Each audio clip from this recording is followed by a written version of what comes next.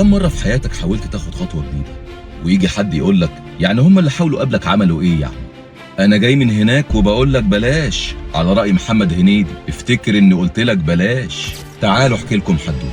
سنة 1966 عالم امريكي اسمه جوردن ستيفنسون عمل تجربة عملية في مختبرات ابحاث السلوك الحيواني. عمل ايه؟ حط 5 قرود في قفص، وحط في وسط القفص سلم، وحط فوق السلم موز. وأول قرد فكر يطلع السلم عشان ياخد الموز، العلماء رشوا القرود التانية اللي على الأرض بمية ساقعة جدا. القرود بعد كده بقوا يضربوا أي حد مش بس يطلع السلم، ده يحاول يقرب من السلم عشان يحموا نفسهم.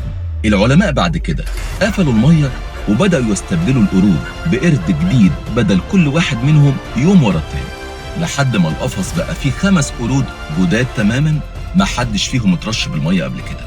ومع ذلك بقى كل ما قرد يحاول يطلع السلم او يقرب منه، القرود الجديدة اللي ما ترشتش بالمية بقوا يمسكوه يضربوه يعجنوه. ولو سألتهم بتضربوه ليه يقولك مش عارفين، بس كله بيعمل كده.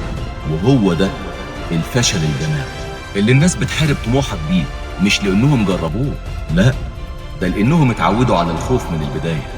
انا عايز اقول لكم ان انا كمان اتعرضت لكده، بس فضلت ورا حلمي لحد ما حققته. انتوا كمان احكوا لي كم مرة حاولت ومشيت ورا حلمك ولقيت ناس بتكسر فيك وتكسر مقاديفك، وقولوا لنا عملتوا ايه في الكومنتات.